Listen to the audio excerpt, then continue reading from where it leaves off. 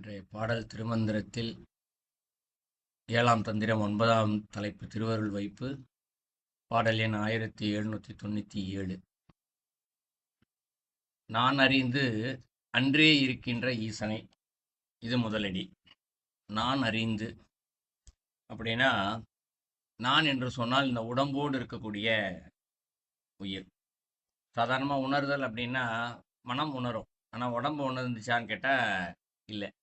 ஆனால் இப்போ என்ன ஆயிடுச்சுன்னா, அந்த உடம்பே உணருதான் ஒரு விஷயத்த. எது உணருதான்?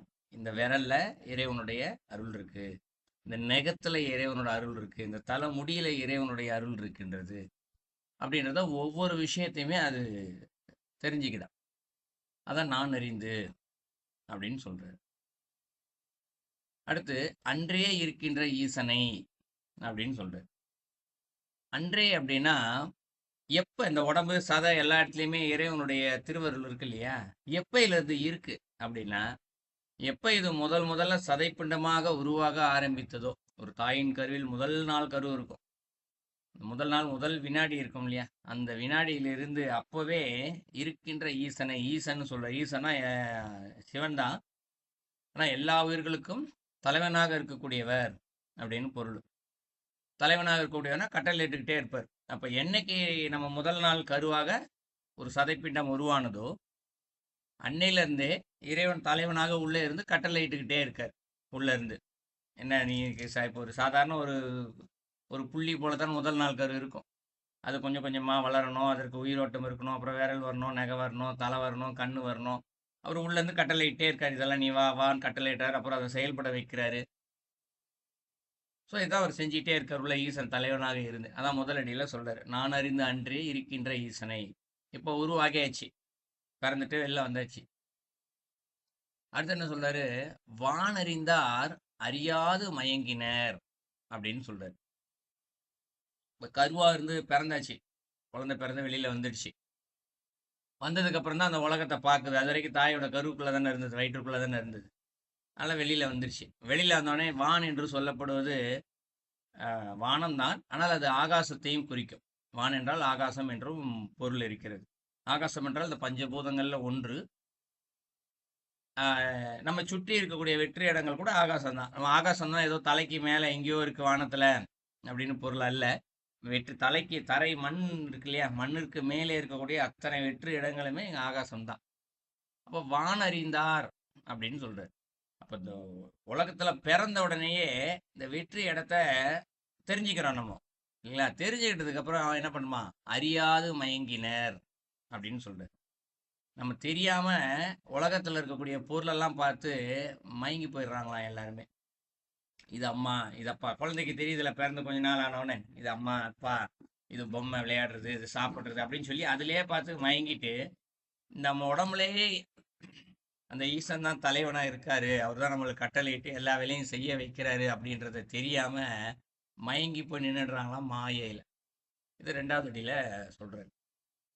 ஸோ இவங்க மயங்கி போய் தெரியாமல் இருந்தாலும், இப்போ நமக்குள்ளே இறைவன் இருக்காரு, ஒரு ஒரு சதை பிடித்தே இறைவனுடைய திருவருள் இருக்கு, நம்ம தெரியாம தான் இருக்கோம். ஆனாலும் இவன் நம்ம தெரிஞ்சுக்கலையே, நம்ம பார்க்கலையேன்னு சொல்லிட்டு இறைவன் நம்மளை விட்டுட்டு ஓடிடுத. என்ன சொல்றாரு? ஊனறிந்து உள்ளே உயிர்க்கின்ற ஒன் சுடர் அப்படின்னு சொல்றாரு. ஊன் என்றால் இந்த உடம்பு, சதைப்பிண்டத்தினாலான உடம்பு, தலை முதல் பாதம் வரைக்கும் இருக்கக்கூடிய இந்த உடம்பு. அது அறிந்து உள்ளே உயிர்க்கின்ற ஒன் சுடர். அதாவது இந்த உடம்புக்குள்ள, உடம்புக்கு தெரியுதா, மசில் மெமரின்னு சொல்லுவோம் இல்லைங்களா, அது தன்னுடைய செயலை தன்னிச்சையாக செய்து கொண்டே இருக்கிறது. உள்ளுக்குள்ள எடுத்துக்கிட்டோம்னா ரத்தம் தானா சுத்துது, லிவர் தானா வேலை செய்யுது, கிட்னி தானா வேலை செய்யுது. நம்மளுடைய சிந்தனை தண்ணி குடிக்கணும் அப்படின்னு நினைச்சோம்னா கால் தானா எந்திரிச்சு தண்ணி கிட்ட போகுது, கையை எடுத்து குடிக்கிறதுக்கு வாய் கிட்ட போனால் வாய் தானா திறக்குது. இதெல்லாம் நம்ம கட்டளை இடல, மூளைக்கு போய் கட்டளை இல்லை. தண்ணி குடிக்க போற, வாயை நீ துற அப்படின்னு நம்ம சொல்லலை. தண்ணியை வாயில ஊத்துனே தொண்டையை நீ முழுங்கு அப்படின்னு நம்ம சொல்லலை. அதுவா தன்னிச்சை செயலாக நடந்து கொண்டே இருக்கிறது. அதுதான் ஊன் அறிந்து உள்ளே. உள்ளே உடம்புக்கு உள்ளேயே தானாவே ஒரு நிகழ்வு நடந்து கொண்டே இருக்கின்றது. எப்படி நடக்குது இதெல்லாம் தானாகவே அப்படின்னா, உயிர்க்கின்ற ஒன் சுடர் அப்படின்னு சொல்றாரு. உயிர்க்கின்றன்னா ஒரு விஷயத்த உயிர்ப்பா வச்சிக்கிறது. உள்ள ரத்தம் சுத்திக்கிட்டே இருக்குன்னா அதுக்குள்ள உயிர்ப்பு இருக்குன்னு தானே பொருள் ஆகுது, இல்லைங்களா? அப்ப அது எதை உள்ள உயிர்ப்பா வச்சிருக்கான் ஒரு ஒரு பொருளையுமே? ஒன் சுடர் அப்படிங்கிற. ஒன் சுடர்னா யாரு? ஒரு ஒன்றி இருக்கின்ற ஒளி வடிவாக இருக்கக்கூடிய அந்த இறைவன் தான். யாரு? ஈசனா இருக்கார் இல்லையா? அவர் தான் என்ன பண்றாராம், இங்க திருவருள் உடம்புக்குள்ள ஃபுல்லா இருக்குன்னு சொன்னோம் இல்லையா? அவர் ஒன் சுடரா இருக்காராம். ஒன் சுடர் என்ன செய்யும்? சுடர் என்ன செய்யும்? ஒரு வெளிச்சத்தை காண்பித்து இருட்டு எல்லாத்தையும் நமக்கு போக்கி அங்க இருக்க பொருளெல்லாம் நமக்கு காமிக்கும் சுடர். அது போல நமக்கு உள்ளே ஒன்றி இருக்கக்கூடிய சுடர் என்ன பண்ணுதான் இங்க, முதல்ல ஒவ்வொரு பொருளுக்குமே விரல், கை, கால், ரத்தம் எல்லாத்துக்குமே என்ன பண்ணுதான், ஒரு வெளிச்சத்தை கொடுத்து உன்னுடைய பணியை நீ செய் என்று அதை செய்ய வைத்துக் கொண்டே இருக்கின்றது. இது மூணாவது அடியில சொல்றாரு. நாலாவது அடியில என்ன சொல்றாரு?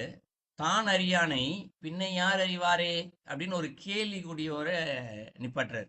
இப்ப நமக்குள்ள ஒரு ஒரு செல்லுலையும் சதைப்பிண்டம் ஃபுல்லாவே இறைவன் இவ்வளோ பெரிய திருவருளை இங்க செஞ்சுக்கிட்டே இருக்காரு.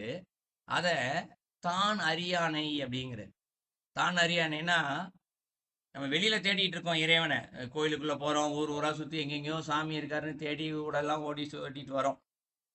ஆனா இங்க உடம்புக்குள்ளேயே இருக்கிறத தான் அறியானைங்கிறாரு. அறியாம இப்படி பிறந்ததுல இருந்து இறக்குறது வரைக்கும் இப்படி தனது வாழ்நாள் காலத்துல அறிந்து கொள்ளாத ஒருவன். ஏன்னா ஒரு மனுஷன் 100 வயசு வரைக்கும் வாழ்றான்னு வச்சுக்கோ. 100 வயசு வரைக்கும் தனக்கு உள்ள ஒரு ஒரு செல்லையும் இறைவன் இருக்கார், அவருடைய திருவருள் இருக்கின்றது என்பதை தெரியாமல் வாழ்நாள்ல இந்த மனுஷன் என்ன பண்ணனா கடந்து போய்கிட்டே இருக்கான். பின்னை யார் அறிவாரே அப்படிங்கிறாரு. பின்னைனா உயிர் போன பின்னாடி. நீ உடம்புல அந்த உசுறு இருக்கும்போதே உன்னால நீ தெரிஞ்சுக்கலையே, போனதுக்கு அப்புறம் நீ எப்படிப்பா இதை தெரிஞ்சுக்குவ அப்படின்னு சொல்லிட்டு தான் கேட்கிறாரு. பின்ன யார் அறிவாரே? யாருமே தெரிஞ்சுக்க முடியாது, அவர் எப்படி தெரிஞ்சுக்குவாரு அப்படின்னு சொல்லி கேள்வியா வைக்கிறாரு. இப்ப இறைவன் நீ தெரிஞ்சுக்காம போயிடுறமா அப்படின்னு சொல்லிட்டு இறைவன் இதோட நிப்பாட்டிடல. என்ன பண்றாரு? மீண்டும் அந்த உயிருக்கு ஒரு வாய்ப்பை கொடுக்கிறார். என்ன பண்றாரு? இன்னொரு பிறவியை கொடுத்து அப்ப மறுபடியும் அதே மாதிரி அந்த உடம்புக்குள்ள இருந்து ஈசனா இருந்து ஒன் சுடரா இருந்து அவருக்கு திருவருளை கொடுத்துக்கிட்டே தான் இருக்காரு.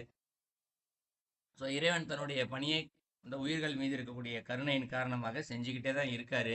நாம் தான் நம்முடைய மாயையின் காரணமாகவும் ஆசையின் காரணமாகவும் தெரிந்து கொள்ளாமல் இருக்கிறோம். அதான் கேள்விக்குறியோட நிப்பற்றாரு அந்த இடத்துல.